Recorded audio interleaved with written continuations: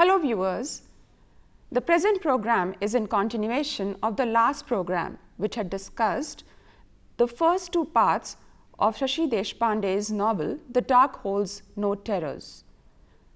It deals with the remaining two parts of the novel, part 3 and part 4.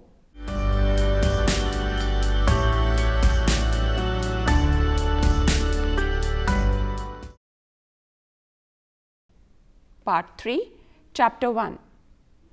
The omniscient narrator talks about Smita, Saru and Nalu, who formed a close-knit unit in the school. The three friends meet at Saru's place, that is her father's home, that is a kind of a reunion for them. Saru describes the three of them as symbols of three totally different kinds of attitudes. Nalu is a spinster and totally devoted to her job. Smita is wholly a wife, mother and housekeeper. And Saru is a lady who combines her job and a family.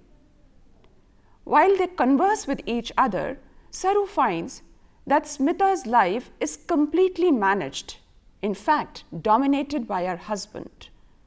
As far as Nalu is concerned, she is a spinster, wholly devoted to her job, but Saru finds that most of the time she is complaining about her brother and his family with whom she lives, about government, about politicians and almost everything else. Chapter 2. The chapter talks about Saru and her college friend Padma Rao.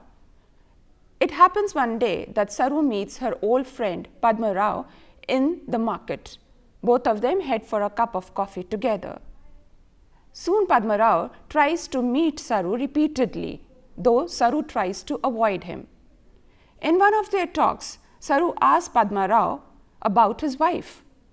Padma says that he dislikes his wife for she has nothing else to talk about but children, servants and other household matters that bores him immensely. Saru is astonished to hear that Padma has no value and no regard for a lady who is so devoted a wife and mother. Saru soon realizes that Padma Rao's attempts to meet her frequently was not without malicious motives. But to Saru, the notions of love and romance have now become illusions, as much as sex a dirty word. Chapter 3. The omniscient narrator says that Saru began to feel like a normal sane person when she was at her father's home and not the two-in-one woman what she felt when she was with her husband. The scene comes back to the present. Saru is often given some books to read by her friend Nalu. One of the books that she gives is by Virginia Woolf, in which Virginia Woolf mentions that every woman has a right to a room of her own. This makes Saru think that neither she nor her mother ever had a room of their own. Saru is invited by her friend Nalu to her college to deliver a talk to young girls. Saru in the talk mentions that the girl should never nourish the notion of economic independence and a separate identity if they were to survive in this world. She says that they should appear as meek, irrational, incompetent in comparison to their husbands as possible. Chapter 4. In this chapter, Saru delineates the process by which she had asserted her will before her mother to study medicine. She says that she asserted before her father that she would go to Bombay to pursue higher education in the field of medicine. But her mother objected. To her mother, she was merely some kind of a liability or responsibility that should be done away with in the form of marriage. The sooner, the better. Therefore, there was no point in investing in her education by the family, for it would be just a waste of resources. Chapter 5.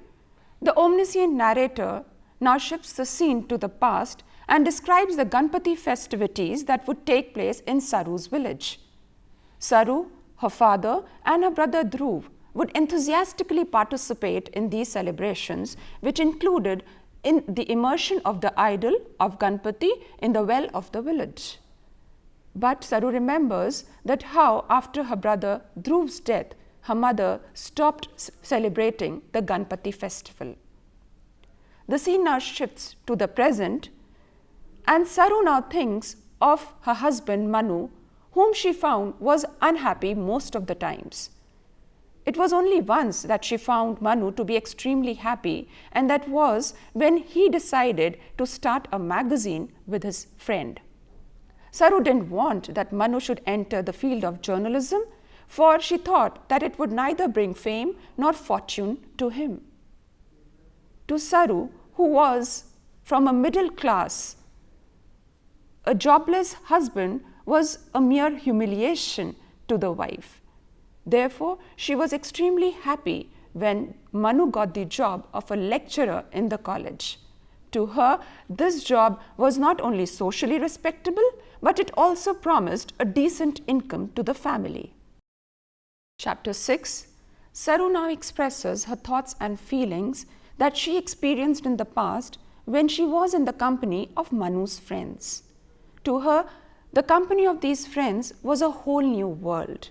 She found the company of these people who were teachers, stage enthusiasts, journalists, and writers extremely lively and exciting. These people, she found, were full of new ideas and were wild in their enthusiasm. Due to their busy professional lives, Saru and Manu had stopped socializing with their friends. It was only very few of their friends or colleagues that they remained in touch with. Saru had forgotten about most of the friends otherwise, but she distinctly remembers visiting one of her friend's house who completely ignored the presence of his wife in the home. This makes Saru ponder about a man and a woman in the society. Quote, "Who is the victim and who is the predator? Are the roles so distinct, so separate, or are we, each of us, both?" Unquote. Chapter 7. The omniscient narrator says that Saru had now begun to experience, while being at her father's home, a sense of comfort and security. For it was here that nobody made any kinds of demands on her time and on her energy.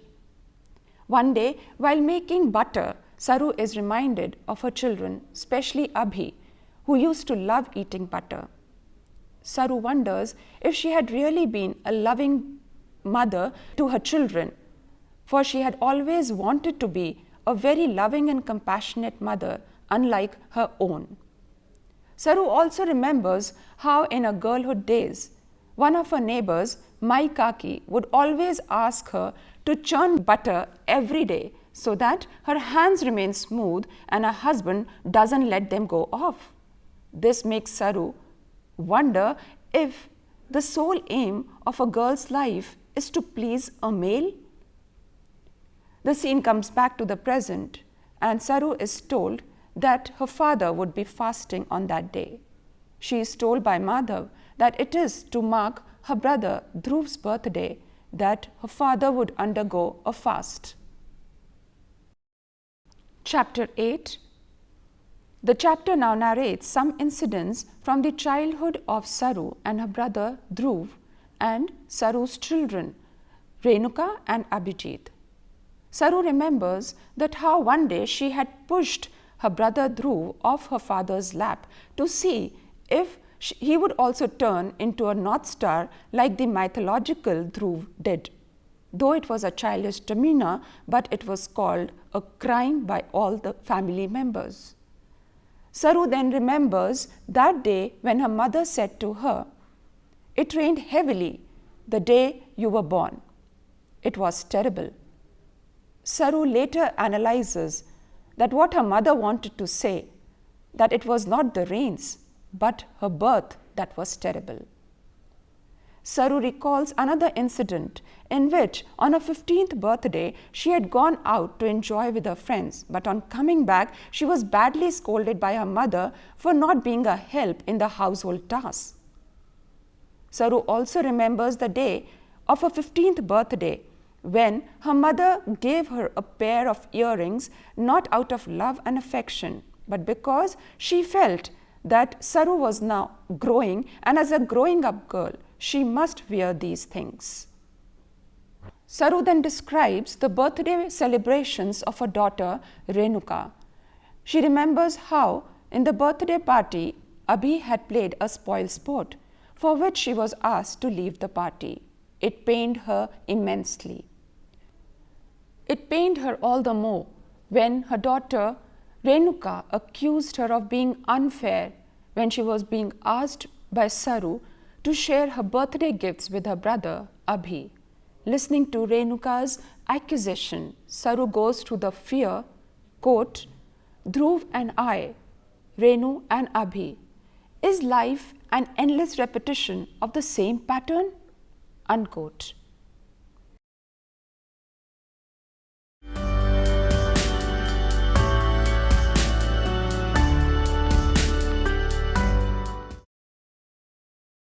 Part 4, Chapter 1.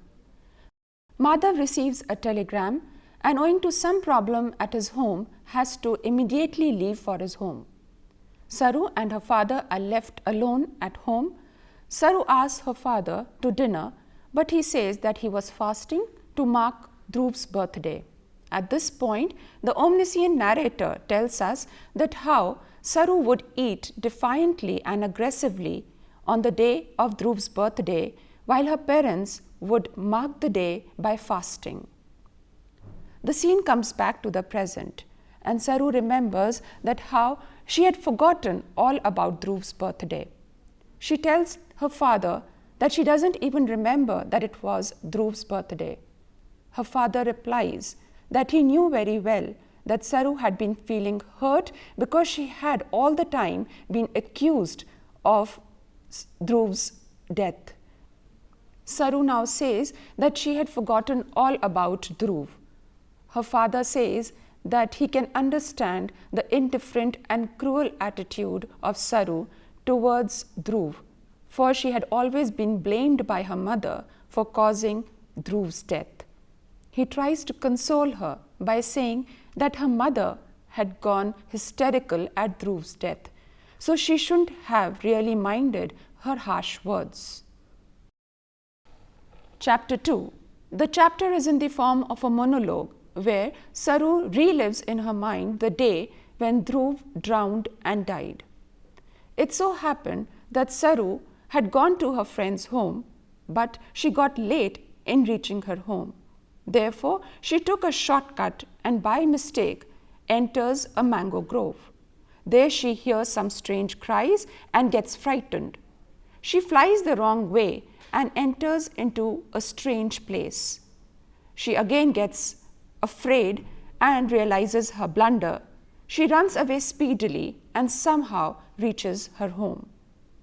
Saru forgets all about that secret place until one day she gets extremely angry at her mother for not allowing her to go for a movie with her friend. She decides to go to that place, but this time she is accompanied by her little brother Dhruv. Saru and Dhruv go to that secret place and walk down to the hollow which had been turned by the rains into a sort of a lake. This lake was filled with muddy water and the ground was extremely slippery. Saru and Dhruv enjoy playing ducks and drakes for some time. Dhruv then asks Saru to help him build some forts with the mud. Saru gets annoyed and walks away. But on turning around, she finds that Dhruv was falling into the water. She descends into the water and tries to catch hold of Dhruv's arm, leg, hair or shirt, but it was everything except Dhruv. Saru comes back to her home and she is asked about Dhruv, to which she has no other reply except, "I don't know." From that very day, Saru had been hearing the accusation by her mother, quote, You killed him. Why didn't you die? Why are you alive when he's dead? Unquote. Chapter 3. The chapter is in continuation of chapter 1, in which Saru is seen pleading with her father that she did not kill Dhruv. Her father now tries to clarify that it was her misconception that she was blamed by him or her mother for Dhruv's death. Saru goes back to the past and remembers that day when Professor Kulkarni had come to her home and said that her mother always used to say that she had no daughter and her son is no more, so she is childless. The scene now comes back to the present, and Saru asserts before her father that it was her mother who had destroyed her happiness. Their conversation, her father asks Saru the reason that she would never answer Manu's letters, or she would never mention in her replies to her children her idea of going back to Manu's home. Chapter 4. The conversation between Saru and her father is continued in this chapter. Saru is asked by her father if there was something wrong between her and her husband, Manu. Saru then reveals to her father that her husband is a sadist and is cruel to her in bed. Saru narrates the incident when an interviewer had come to her home to take her interview for a special issue of the Career magazine. This interviewer happened to ask Manu the question, "How does it feel like when your wife earns not only the butter but most of the bread as well?" Saru says that it was that very night when Manu attacked her like an animal in the night and continued to behave savagely with her in bed repeatedly, again and again and again and yet again. Saru's father asks if she had ever tried to talk to Manu about it. Saru replies that Manu had a dichotomous personality who was a cruel person during the nights but became absolutely normal in the mornings. Thus, it prevented her from talking to Manu about it. Saru expresses her helplessness before her father and asks him for his advice. But her father offers no solution to her and simply asks her to go back to her room and sleep. Saru at this point remembers her brother Dhruv, who, being terrified of the dark, would come to her in the room, but she would shun him away, saying, "There's nothing to be afraid of." Chapter 5. Madhav is back from his home. He informs Saru and her father that her brother Satish had disappeared from the home. Therefore, he was called by his mother so that he may go to Bombay and look for him. But Madhav says that he declined, for it was this time when he needed to prepare for his competitive examinations. Madhav asserted, quote, "I can't spoil my life because of that boy. It is my life." Unquote. Listening to the assertion of Madhav, Saru realizes that every human being on this earth is alone, and all the relationships and ties that we so cherish and consider long-lasting are as ephemeral as a dewdrop.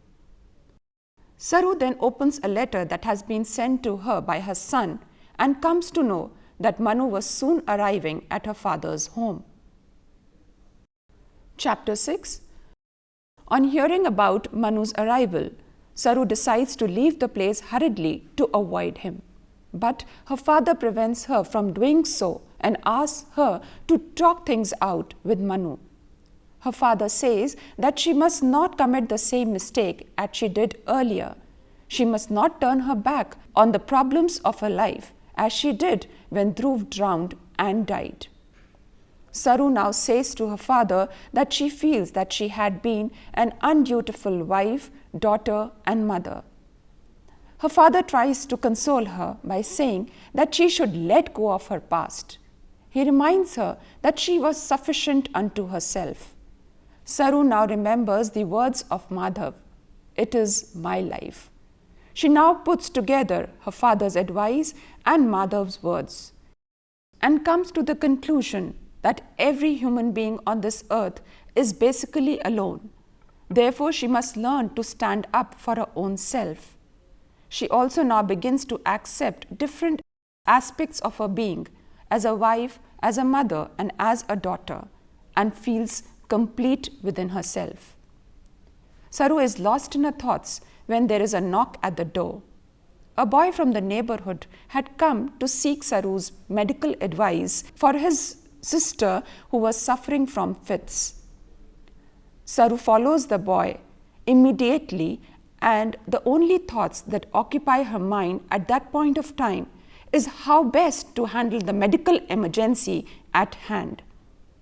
Quote, convulsions, that could mean, unquote. To summarize, the present program relates incidents related to Saru and her friends Nalu, Smita, and Padma Rao. It also speaks about her mother's resistance towards her desire of becoming a doctor and describes that various events of Saru's childhood and married life, and finally the realization of Saru that the dark holds no terrors. Hope you enjoyed the session. Thank you.